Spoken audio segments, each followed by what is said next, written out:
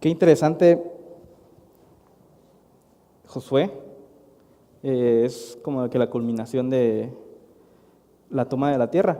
Pero en esta historia que nos está contando el capítulo 24, nos cuenta desde Abraham. Vamos a recordar un poco la historia del pueblo de Israel. Después de la maldad que hubo en la tierra y después de haber enviado un diluvio de Dios a la tierra, nos encontramos en el capítulo 12, donde encontramos el llamado de Abraham, el cual le dio Dios una promesa. Y así iniciamos la historia de este pueblo, Israel. Dios le cambia el nombre de Abraham a Abraham, padre de naciones. Dios le da el hijo prometido. De este hijo nace Jacob y Esaú. De Jacob, que también su nombre es cambiado a Israel, desciende a Egipto con sus hijos. Mientras Dios había permitido prosperar a José, se les permitió la entrada a Egipto. Pero una vez que los egipcios se olvidaron de José, los volvieron esclavos. Y una de las razones eran porque les tenían miedo, porque eran numerosos. Pero Dios envía a Moisés y a Aarón para sacarlos de ahí, a través de su poder, a través de las plagas. Sacan a Israel de Egipto y comienzan su travesía a través del desierto. 40 años vivieron en el desierto y al final entraron a Canaán bajo liderazgo de José. Y así llegamos a nuestra sección que hoy quiero compartirles, la tercera parte del libro y el último capítulo 24, donde hacen este mismo recuento de la historia del pueblo de Israel. Pero antes de comenzar, permítame orar. Señor nuestro, te damos gracias el día de hoy porque tú permites estar aquí hoy reunidos y poder escuchar tu palabra. Te pido que sea tu palabra la que pueda mostrarse el día de hoy y podamos escucharte a ti a través de esta predicación. En el nombre de Jesús, amén. Y en esta historia que ya leímos, vamos a encontrar algunas características de lo que es el pueblo de Dios a través de la historia. La primera característica es la historia del pueblo de Dios tiene su principio en Él, o sea, en Dios. La historia del pueblo de Dios nace con Dios. Siquem era un lugar distinguido porque ahí en Génesis 12, versículos 6 y 7, Abraham recibe la promesa de que se le iba a entregar la tierra de Canaán. En ese mismo lugar, también Josué en el capítulo 8 renueva el pacto antes de tomar la tierra de Canaán. Y Dios así comienza la historia, con una promesa. Creo que ahorita todos podemos recordar el día que Dios nos llamó para comenzar nuestra propia historia. En el versículo 3, la primera parte dice, pero yo tomé a Abraham de ese lugar. Dios toma la iniciativa. En ese momento vemos cómo Dios interviene con un ser humano. Dios toma a Abraham. La palabra tomar aquí en este versículo nos da la idea de esa intervención divina, de esa intervención que Dios saca eso de cualquier lugar y lo pone. En este caso fue Abraham, un ser humano como nosotros. Él ha intervenido en nuestras vidas para sacarnos de algún lugar. Tal vez a uno nos sacó de algún lugar desagradable, a otros nos sacó de la comodidad donde nos encontrábamos. Pero al final Dios tomó la iniciativa y Él nos incitó a salir de ese lugar para cumplir la promesa que Él ha dado. En la siguiente parte del versículo dice, y yo lo conduje por toda la tierra de Canaán. En verdad que Dios toma la iniciativa y nos toma y nos saca del hogar, pero también nos da la orientación, nos da la guía.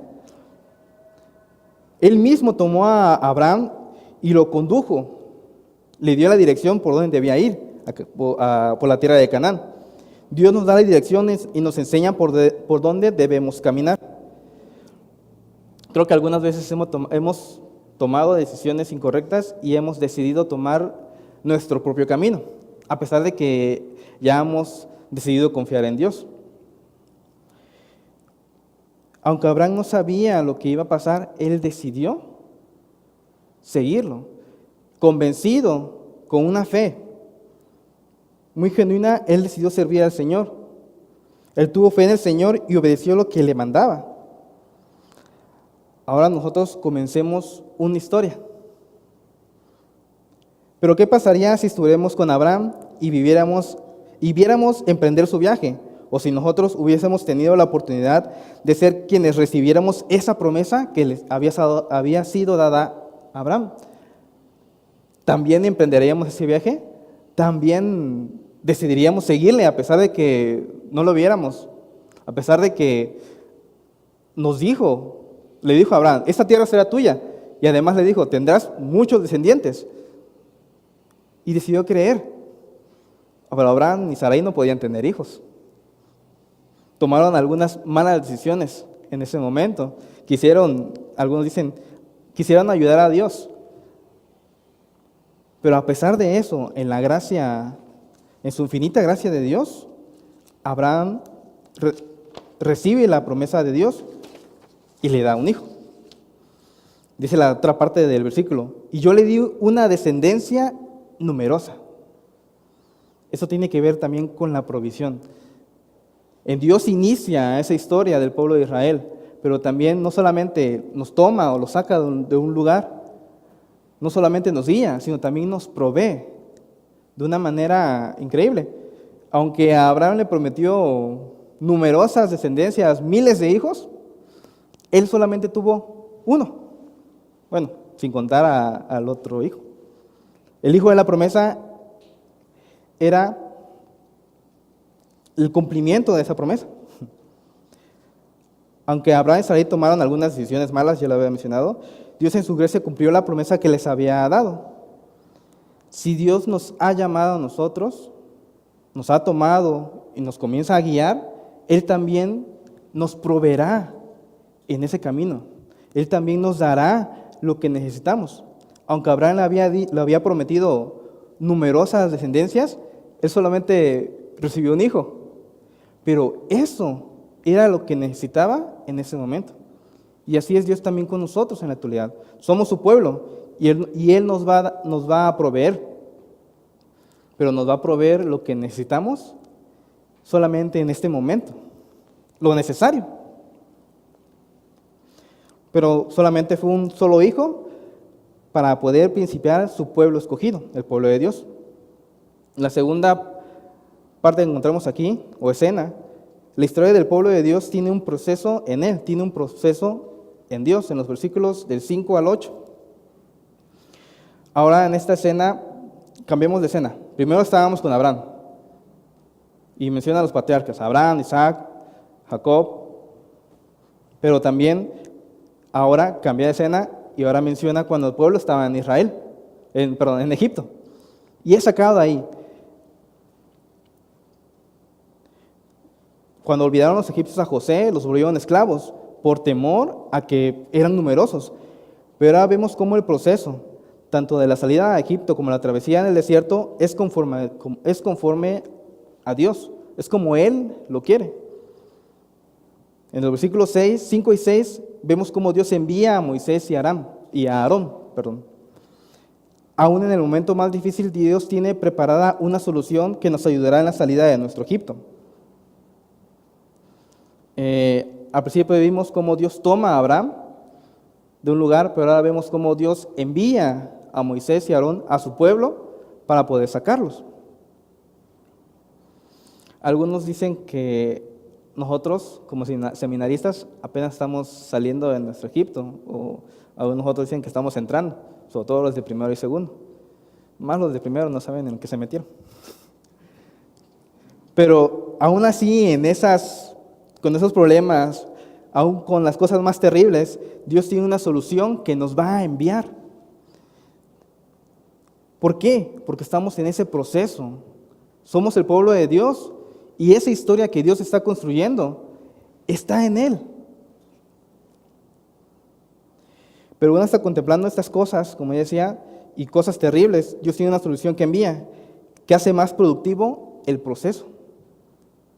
Pero con la advertencia, conocemos la historia cómo el pueblo de Israel cometió errores, sufrió, tuvieron que morir no sé cuántas generaciones para que pudieran entrar y tomar el pueblo de Canaán, la tierra de Canaán. Dios nos promete que va a enviar solución, mas no nos dice que nos va a hacer esa trayectoria placentera o cómoda. Sí, va a ser productiva para nosotros. Tal vez para algunos va a ser más dolorosa que para otros. Pero Dios envía la solución en ese momento específico. Y parte del proceso es clamar al Señor. En el versículo 7 vemos cómo cambia un poco el personaje. Ya no es tanto yo, ahora dice Josué, y ustedes clamaron al Señor y el Señor les respondió. Esa parte de que estamos pasando en el proceso es necesaria para que nosotros nos acerquemos a Dios. Es necesaria para que clamemos a Él, lo busquemos con más fervor. Aunque es cierto que hoy en la mañana platicábamos con una familia y nos decía, mi esposa estaba contando una historia y en la historia recordó lo que dijo una niña. La niña dijo, a veces nosotros como seres humanos, cuando estamos en problemas, solamente buscamos a Dios. Y parecía que el pueblo de Israel estaba en problemas y nada más en ese momento estaba buscando a Dios. Y la niña concluía, pero cuando estamos bien, ni siquiera compartimos nuestra felicidad con Dios. Pero aquí el proceso que está pasando el pueblo de Dios y el proceso que nosotros pasamos es para que clamemos al Señor, pero no solamente a través de ese proceso, de esa adversidad, de esa prueba, sino que siempre, cuando estemos felices, como decía la niña, ahora sí clamemos al Señor. También compartamos esa felicidad con Él. Si Dios nos ha llamado en cualquier momento que tengamos una necesidad o un conflicto, debemos clamarle a Él. Por supuesto, el proceso va a ser doloroso, ya lo decía. No nos promete que sea algo fácil, sencillo, alegre, contento, cómodo, pero sí nos promete que va a ser productivo para nosotros, que en un futuro podamos ver esos resultados, esos frutos. No sé, simplemente el testimonio. Más adelante dice, ustedes fueron testigos, conforme a lo que venía diciendo. El pueblo egipcio los persiguió, entraron al Mar Rojo y el pueblo de Dios, el pueblo de Israel fueron testigos de cómo Dios, con su poder, acabó con esa persecución, hundiéndolos en el mar. Los ahogó prácticamente. Este proceso también nos ayuda a ver las maravillas que Dios hace con su poder. Una pregunta que me hacía es, ¿por qué debemos ser testigos de estas maravillas? ¿Por qué debemos ser testigos de las proezas que hace Dios? La conclusión que pude llegar yo es para reconocer quién es Dios y qué es lo que ha hecho con su poder tan inmenso. Él puede hacer con quien quiera lo que sea. ¿Cuántas veces ustedes han visto esas maravillas que ha hecho Dios en su vida? ¿Cuántas veces han visto esa intervención de Dios con ese poder, con ese control que tiene? Es para que seamos testigos de ese poder y podamos compartirlo a los que lo necesitan. La tercera escena es un poco peculiar, porque nos viene contando de los patriarcas, nos viene contando de Moisés, gente importante, y de repente entra Balaam. Mi esposa hace 15 días predicaba exactamente esta historia, y yo me preguntaba, ¿por qué es necesario mencionar a Balaam? Porque la historia del pueblo de Dios es protegida por él. Los versículos 9 y 10 nos dice de una manera resumida la historia que nos presenta Números. El rey Balac quería maldecir al pueblo de Dios, al pueblo de Israel. Sabían que Balaam, a quien maldecía, caía maldiciones, a quien bendecía tenía bendiciones. Así que Balac fue con él para que maldijera al pueblo de Israel. Pero Dios no quiso escuchar a Balaam. Es más, le dijo que solamente iba a decir lo que Dios quería. Entonces, una tras otra, Balaam bendijo al pueblo de Israel. ¿Qué nos puede enseñar esto? Dice, por lo cual él los bendijo una y otra vez. Dios nos puede bendecir aún en las adversidades, aún en esos problemas, aún en esas circunstancias que parecen difíciles, que parecen que no nos van a beneficiar. El problema para nosotros es que parece que en estas ocasiones nos cuesta entender que tal vez está bajo la voluntad de Dios, tal vez es lo que Dios quiere para nosotros. Y llegamos inclusive a orar, Señor, quita este problema de mi vida. O sea, no quiero saber nada de eso, no quiero pasar por ese dolor, sin pensar si esa es realmente la voluntad de Dios. Es diferente esa oración de quita esto de mi vida a decir, enséñame que este problema que viene en mi vida, ¿por qué está pasando? ¿Qué me quieres enseñar a través de eso? Porque si es tu voluntad, va a traer beneficios. Y es lo que nos enseña estas dos versículos.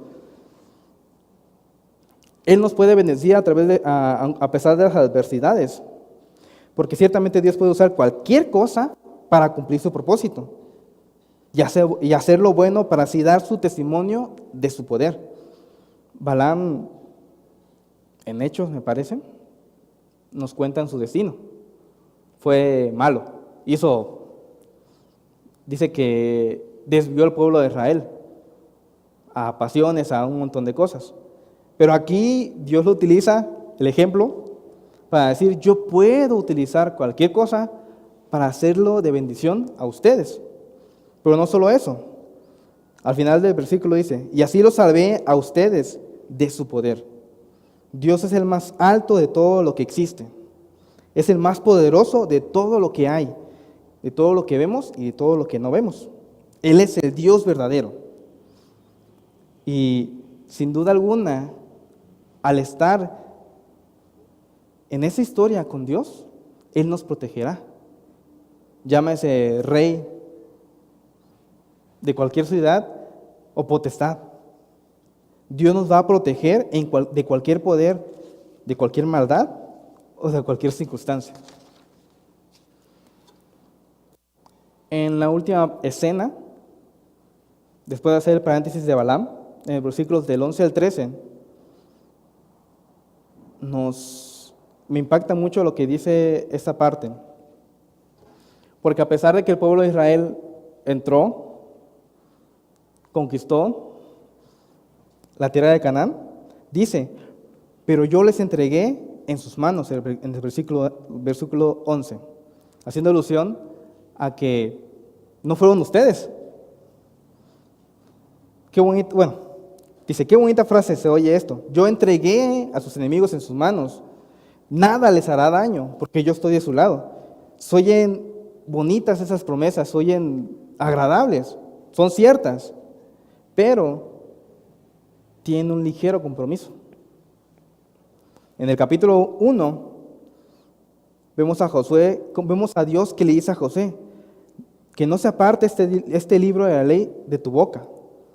¿Y la recompensa cuál será? El éxito. Pero, ¿qué es el éxito? Según lo que nos está contando este libro. El éxito no es nada más que tener esa relación con Dios, más que estar cerca de Dios. La compañía de Dios, sin duda alguna, es el éxito de Josué. En el siguiente versículo nos vuelve a reafirmar, no fueron ustedes, mas fui yo. Esto es gracia. ¿Y qué es la gracia? La gracia es la obra de Dios que hace por nosotros en lo que nosotros no podemos hacer. En esos tres últimos versículos, dice Dios, ustedes no pudieron haber conquistado esas tierras si no estuve yo ahí, si yo no las entregué, las tierras. Hace referencia a unos, dice, yo envié tábanos. Y cuando me puse a investigar, me sorprendí que eran avispas. Dije, ¿por qué no pusieron avispas ya para andar diciendo eso? Pero algunos comentaristas mencionan que esto podría ser un símbolo, metáfora, del poder de Dios. Para volver a recordar que Dios era el que tenía el control de ellos. Que solamente con su poder, solamente con Dios, pudieron conquistar esas tierras. Y pues debemos recordar que al final la promesa, ¿quién la hizo? Dios. Se la hizo a Abraham, se cumplió con Josué, la entrada a la tierra de Canaán. Y de esta manera concluye esta historia, estas 4 escenas. Hemos visto cómo Abraham es tomado de un lugar de idolatría para que Dios convierta a ese pueblo. También cómo ese mismo pueblo desciende a Egipto, pero es sacado por el poder de Dios a través de Moisés. Vemos también esa escena en el ejemplo de Balaam, cómo Dios puede protegernos a pesar de esas adversidades. Pero también hemos visto cómo la gracia de Dios es la que protege, o es la que nos entrega esa promesa. Sin duda, la historia del pueblo de Dios tiene su principio con Dios, tiene el proceso con Él, es protegida por Él mismo y además de que concluye con Él. Y es lo que dice al final de estos versículos: no fueron ustedes, mas fui yo. Y al final el propósito de este discurso, que es la mitad del discurso de Josué, era para renovar el pacto. ¿Y qué es renovar el pacto? Con Dios era más que nada renovar esa relación con Dios, refrescar lo que Dios y el hombre pueden tener. Y nosotros, como parte del pueblo, cada uno tiene una historia que contar, pero lo que más debemos desear es renovar nuestra relación con Dios. Y la historia que cuenta Dios al pueblo de Israel es eso. A través de mí llegaron hasta aquí, pero lo que yo quiero es que tengan esa relación conmigo. Y en los versículos más adelante nos enseña esa parte. Así que, hermanos, así como Abraham, Moisés, Josué tuvieron esa relación con Dios, a través de esa historia que hemos visto, a través de la historia que nosotros podemos vivir con Dios, renovemos esa relación, renovemos siempre recordando que Dios ha hecho grandes cosas en nuestra vida anteriormente y que tiene una promesa. Él nos ha entregado una tierra, la cual debemos cuidar, proteger. O tal vez algunos están en la situación de que comenzaron ya a vivir esa travesía por el desierto y recibieron la promesa, solamente la han escuchado. Tal vez no la veamos, tal vez la miremos solamente de lejos, tal vez otros entren. No sabemos quién, cada quien tiene una historia que contar. Y a mí me gustaría personalmente que Dios, así como con toda la historia de Abraham, de Moisés, Aarón y el pueblo de Israel en general, contara mi historia a otras personas. Y me gustaría que nos comprometamos a seguir la voluntad de Dios, conscientes de que algún día personas puedan contar nuestra historia y que digan, ellos cumplieron la voluntad de Dios, ellos alcanzaron la promesa de Dios, o que aunque no vieron cumplida esa promesa, lucharon hasta el final para que otros pudieran alcanzar esa promesa. Simplemente confiando profundamente en Dios. Y esa es la invitación. Luchemos por alcanzar esa promesa, luchemos confiando en Dios. Aunque tal vez algunos no la veamos, seamos firmes en Él. Vamos a orar.